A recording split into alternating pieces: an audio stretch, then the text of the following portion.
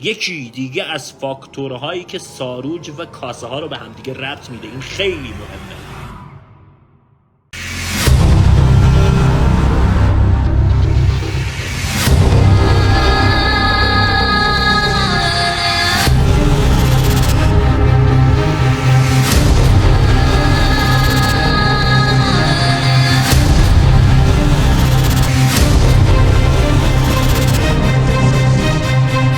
بسم الله الرحمن الرحیم. شب بر همگی عزیزان به خیر و شادی باشه. من 48 ساعته که نخوابیدم، ولی خب چون قول داده بودم که یک لایو جنجالی و یک لایو آموزشی رو برای همتون بذارم، امشب اومدم خدمتتون. این لایو رو میذارم ساعت 3:30. من مجددا حفاری دارم، باید ساعت 3:30 شب برم حفاری و تا دوباره ساعت 8 صبح که 8 صبح باید برگردم خونه و مجددا یه استراحت کنم. ساعت 12 ظهر مجددا باید برم دنبال حفاریم. یه پروژه بسیار بسیار سنگین رو در منطقه اورامانات گرفتم که این پروژه در نوع خودش بی‌نظیره. یکی از نسخه های درست منطقه اورامانات که الان به دست من افتاده و پروژه بسیار بسیار سنگینیه. کپکامو من بیبرم به بهونه این که اگر کسی بیاد بگه که تو داری چی کار میکنی، بگم آقا دارم کپک بازی میکنم و کسی هم نمیتونه بگه چرا کپک بازی میکنی. دلم میخواد کپک بازی میکنم و کار بسیار بسیار محشری. امشب توضیحاتی رو براتون در نظر گرفتم که این توضیحات به درد همتون میخوره. از این تیکه به بعد سیو کنید. خب وقتی که ما میگیم دفینه یعنی نظام، یعنی یک ساختار کاملا مشخص. حالا این ساختار مشخص و نظام یعنی چی و در چه شرایطی صدق میکنه، اینها رو یاد بگیرید که دیگه شما بفهمید. ببینید ما دفینه گذاریمون به چندین شیوه است که یکی از این شیوه ها هیچ گونه نظام، هیچ گونه قانون و هیچ گونه ساختاری رو نداره. ما اغلبا دنبال این سبک هستیم. این سبکی که ساختار نداشته باشه. خب این سبکی که ساختار نداره بهش چی میگن؟ بهش فوریت میگن. فوریت یعنی چی؟ شما در نظر بگیر یک انسانی، یک تاجر از ایران میخواد بره چین. آقا تو مسیری که میخواد بره این مریض میشه و جون خودش رو از دست میده. این تاجر رو دیگه نمیارن به ایران. این تاجر وسیله داره. اعتقاداتش هم یک اعتقاداتی بوده که مثلا زرتشتی بوده.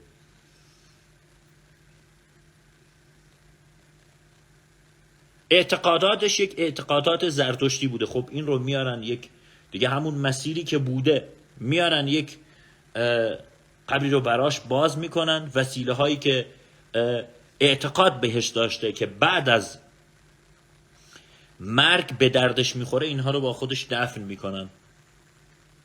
و شما میبینی که مثلا یک سری رازها برملا میشه. میگن آقا یه نفر اومد چاه دستشویی میخواست بکنه برای خونش، دید که یه قبر براش باز شد که اصلا هیچ گونه علائم، هیچ گونه آثاری رو نداره.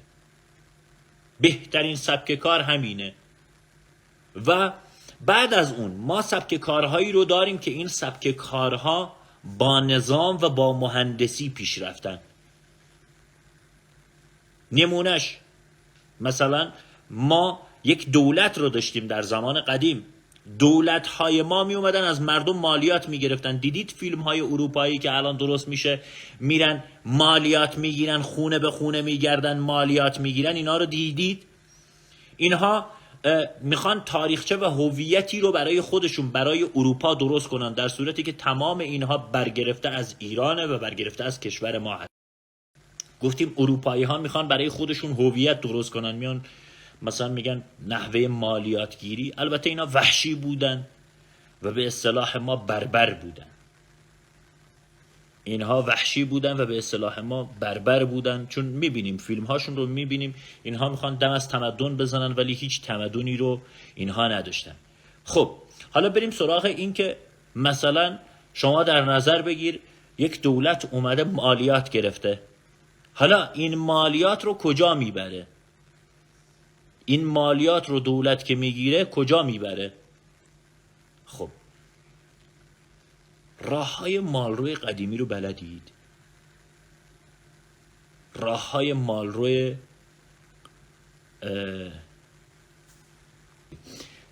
بچه ها کنار راه های مالرو شما همیشه رفتید رد شدید، میبینید که یک تپه کنار راه مالروه، یه تپه خیلی بزرگ،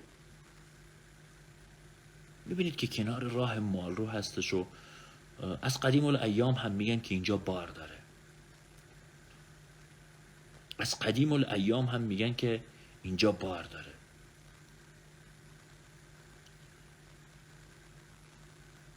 مالیات ها، وقتی که ما میگیم تپه مالیاتی، این رو همتون گوش بدید، این رو همتون گوش بدید. وقتی که ما میگیم تپه مالیاتی، ما باید در کنار تپه مالیاتی یک قلعه شاهی رو داشته باشیم.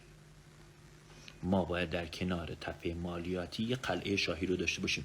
3 تا فاکتور رو ما باید، شما اگر تپه‌ای رو دیدید، از کجا بفهمید که این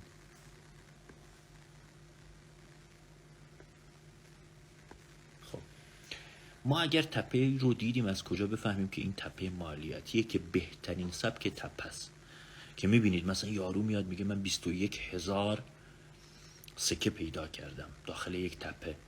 این چیز دروغی نیست و این حرف الکی نیست. مثلا یارو میاد میگه آقا 14,000 سکه پیدا کردم داخل یک تپه. نگو آقا این دروغه، این چی داره میگه، این شیشه کشیده. نه، این هست، این به تپه مالیاتی خورده. خب ما چه فاکتورهایی رو داشته باشیم؟ اولین فاکتورش قلعه شاهی. اگر شما قلعه شاهی رو داشتی، شما 3 تا قلعه نظامی رو هم باید داشته باشی. ببین قلعه شاهی، 3 تا قلعه نظامی در فاصله تا 2500، یعنی تا 2 کیلومتر و 500 تو باید 3 تا قلعه نظامی رو هم داشته باشی که شما میتونید برید به اسمش چیه این رومشگان. شما برید به رومشگان، برید رومشگان رو نگاه کنید، ببینید هر 1 کیلومتر 700 متر میبینید که یک تپه اونجا هست. دیدید بچه های رومشگان؟ برید نگاه کنید، تپه های زیادی در مسیر هست.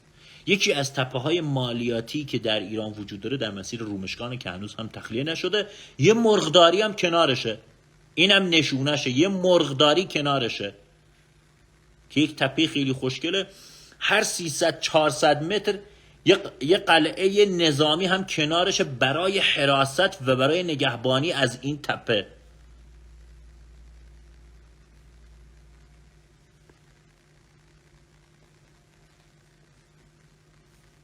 بچه ها اگر ما میخوایم روی یک کار وقت بذاریم، ما حداقل روی کاری وقت بذاریم که این کار برای ما مفید باشه.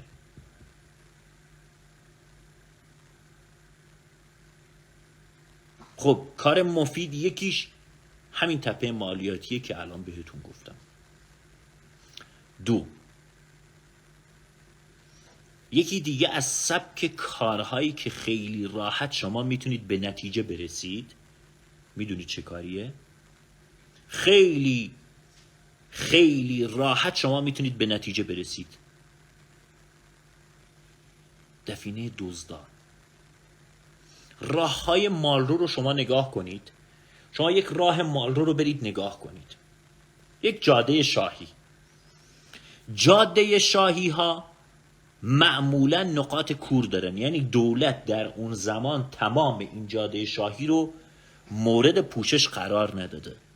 همون جایی رو که دولت مورد پوشش قرار نداده که معمولا جاهای صعب العبوری هستش، اونجا بهترین مکان برای مخفی شدن دزداست که میان از فرصت استفاده میکنن و حمله میکنن و میان وقتی که حمله کردن میان میبینی که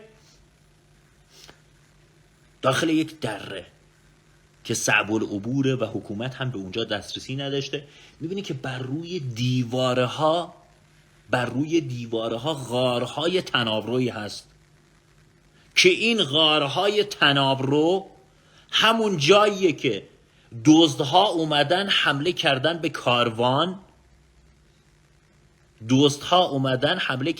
کاروان،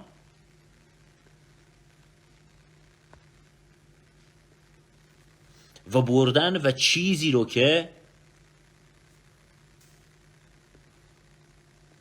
باهاشون بوده داخل اون دیواره مخفی کردن و گذاشتن.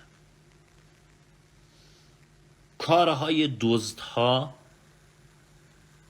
و دفینه ای رو که دزدها بخوان ببرن هیچ گونه آثار و علائمی نداره و این هم میره در دسته فوریت ها قرار میگیره. یادتونه که اول لایو بهتون گفتیم مسئله ما مسئله فوریته که این فوریت رو که ما داریم در موردش صحبت میکنیم هیچ آثار و علائمی رو نداره. خب بچه هایی که مایل هستید مبحث آموزشی رو چون میخوام ریستر کنم، یه سری چیزا رو بهتون بگم که به دردتون بخوره، یه مقدار مبحث رو ریستر کنم و توضیحات بهتری کنم که به دردتون بخوره و شما اگه رفتید داخل محدوده حداقل اگه رفتی چشماتو باز کنی ببینی که کجاها مفیده، چه فاکتورهایی. آقا اصلا نتونی هم کار کنی، اصلا تو نمیتونی کار کنی، ولی میبینی که یک مسیری که داری میری، میبینی که این مسیری هستش که در این مسیر این توضیحاتی رو که من دادم اصلا میبینی که هر 500 متر میری میبینی یه تپه هست که این در اصل قلعه نظامی بوده. بعد میری جلو میبینی که یه قلعه خیلی بزرگ، یه تپه خیلی بزرگ هست. خب اون قلعه شاهیه بوده و از بین اینها میتونی تشخیص بدی که کدومی که آقا این تپه یک تپه مالیاتیه. امشب میخوام یک تیکه رو بهتون بگم که این تیکه خیلی خیلی مهمه. ما انواع و اقسام ساروج ها رو داریم. تمامی ساروج ها به دفینه ربط ندارن. مثلا یارو میاد میره یه جایی داره کار میکنه میبینه که به ساروج میرسه، وای من به ساروج رسیدم، یک داد و بیداد. عزیز دل من قربونت بشم، هر ساروجی نشونه بار نیست. ساروجی که آقا تنها یک ساروج یعنی بار، تنها یک ساروج یعنی بار. این رو همیشه تو ذهنت داشته باش. اولا اگر رفتی دیدی که ساروجی که تو بهش رسیدی، خب در مرحله اول باید اینو تست کنی. در مرحله اول هر کسی اومد به شما گفت که برو سرکه بریز روی ساروج، این احمقه و هیچی از دفینه نمیفهمه. این در مرحله اول. در مرحله دوم اصلا ما چجوری بفهمیم که این ساروجه؟ من مرحله اول باید بیام تشخیص بدم که این ساروجه. اصلا آقا این ساروجه، اگر ساروج بود بعد از اون بیام انواع ساروج رو بشناسم، بعد از اون یک نوعی که به دفینه ربط داره این رو هم بشناسم.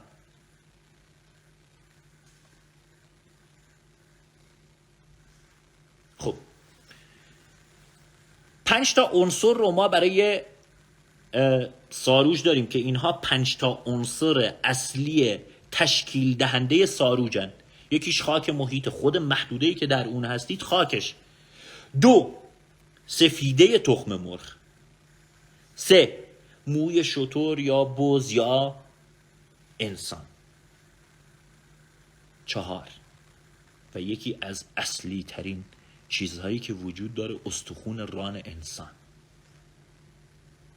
هر اسیری رو که میگرفتن و این رو میکشتن استخون رانش رو میگرفتن و جدا میکردن و از این به عنوان یکی از 5 عنصر اصلی ساروج استفاده میکردن. اغلبا رفتید قبرهایی رو باز کردید، میبینید که وقتی که قبری رو باز میکنی میبینی که این جنازه‌ای که داخل این قبر هستش این اصلا آقا ساق پا نداره یا رون پا نداره، استخون رانش اصلا نیست. این اسیر بوده و از این استفاده کردن برای ساروج.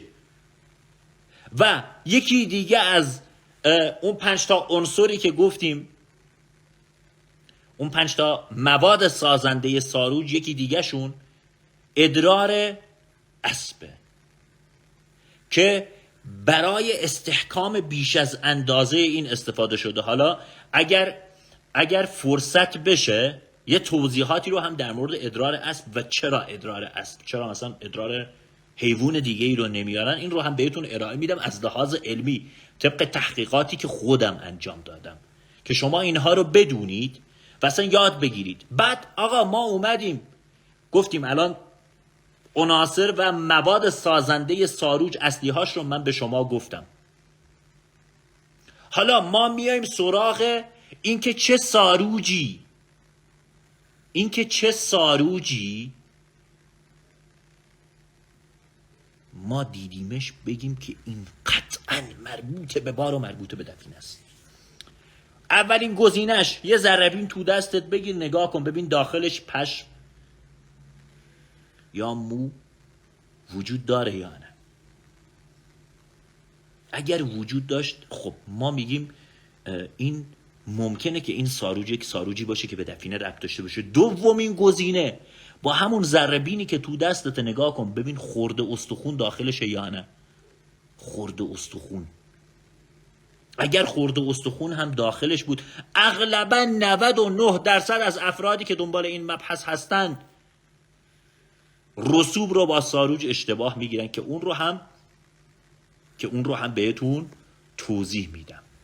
خب حالا سومین موردش که خیلی خیلی مهمه، به این کاملا دقت کنید. گفتم ساروجی که به دفینه ربط داشته باشه اولین موردش پشم و مو، دومین موردش خرده استخون، سومین موردش خرده خرده سفال. اگر دیدی که ساروجی این ستا داخلش بود امیدوار باش. چهارمیش چیه؟ چهارمیش هم وجود آهکه. یعنی با ذره نگاه کن اون دونه های آهک هست سفیده، اگر دیدی داخلش بود پس بگو 90% از کار رو من درست اومدم. و گزینه پنجم وجود سیلیس. اگر این 5 مورد رو شما دیدید تو ساروج قطعاً و 100% بدون که اونجا حتما بار وجود داره. این از این. وقتی که تو ساروج رو داشتی، یکی دیگه از فاکتورهایی که ساروج و کاسه ها رو به هم دیگه ربط میده، این خیلی مهمه. شما هر جای اونهایی که حفارهای اصلی، حفارهای قدیمی میدونن هر جایی که شما رفتی به ساروج خوردی در کف یک کاسه بزرگ هست، در کنارش یک کاسه بزرگ هست. ربط بین این کاسه بزرگ و ربط بین این ساروج چیه؟ این ساروج رو میارن داخل همین کاسه بزرگ درست میکنن که گفتیم ادراره و خرده سفال و همه اینها رو میارن اونجا میریزن. مثل همین الان هست که تو میای ماسه و سیمان درست میکنی، باید یک کاسه درست اونجا. اگر کاسه درست رو در کنارش دیدی، این برای درست کردن این ساروجه و یکی دیگه از مواردی که کار تو رو تایید میکنه همینه. چیکار کنم براتون؟ امشب خیلی سر حالم و توضیحات خیلی خوبی بهتون دادم که نباید میدادم، چون از فردا خیلی هم میان از این سوء استفاده میکنن.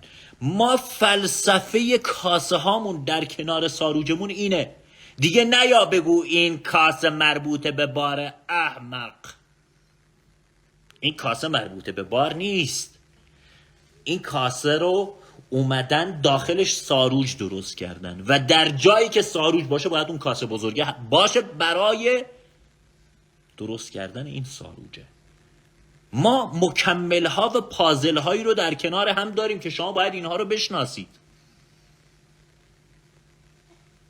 حالا یکی میاد میگه ساروج سیاه. شما فقط اسمش رو شنیدید. تو الان میایم اینجا من به ساروج سیاه رسیدم. به خدا دروغ میگی. ما یه کوهی رو داریم در خرم آباد، بهش میگن مخمل کوه. تمام این سیاهه. اغلبا میان برای من عکس میگیرن، ای ما به ساروج سیاه رسیدیم. میگم عزیزم این اسمش مخمل کوهه و سنگاش هم همه سیاهن، این ساروج نیست.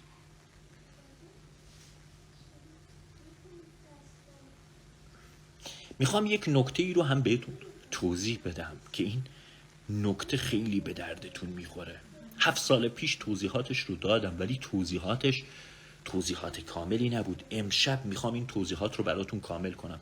قبل از این که بخوام در مورد اون براتون صحبت کنم، هر کسی پا میشه میاد مثلا میگه آقا من یک کتیبه دارم،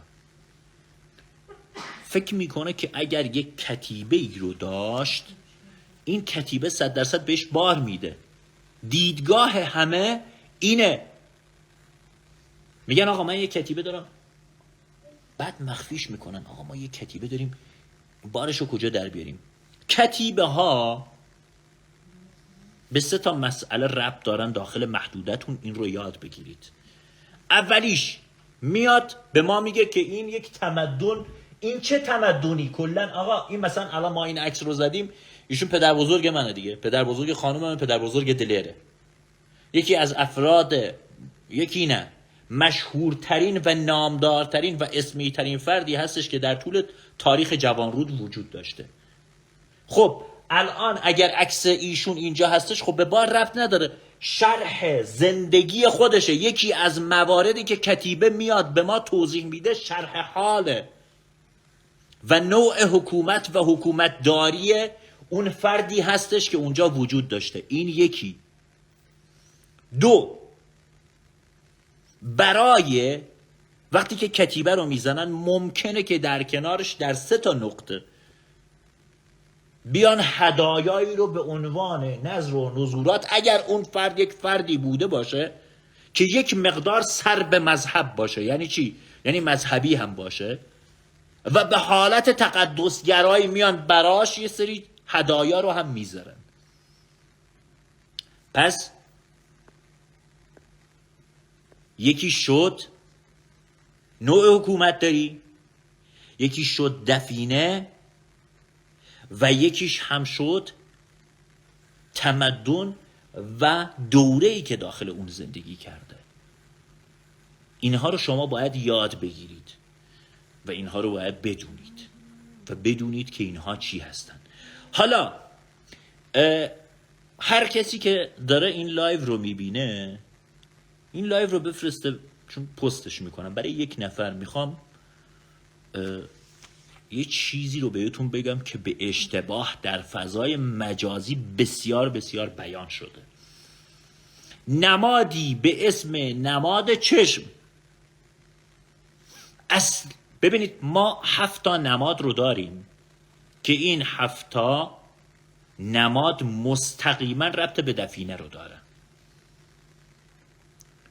مهمترین و سردسته تمام نمادهای ایران چشمه، که چشم در مرحله اول باید برجسته باشه. چشم در مرحله اول باید برجسته باشه. فرو رفته رو ما نداریم. پس اولین فاکتورش شد برجستگی. کار یهودی هستش. در 2 نقطه هم به ما بار میده. یعنی وقتی که ما چشم رو داشتیم 2 بارگذاری براش انجام شده.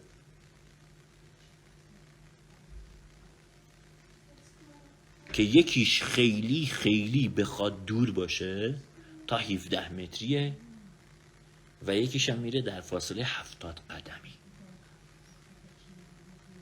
ما باید اینها رو بدونیم، اینها رو بشناسیم.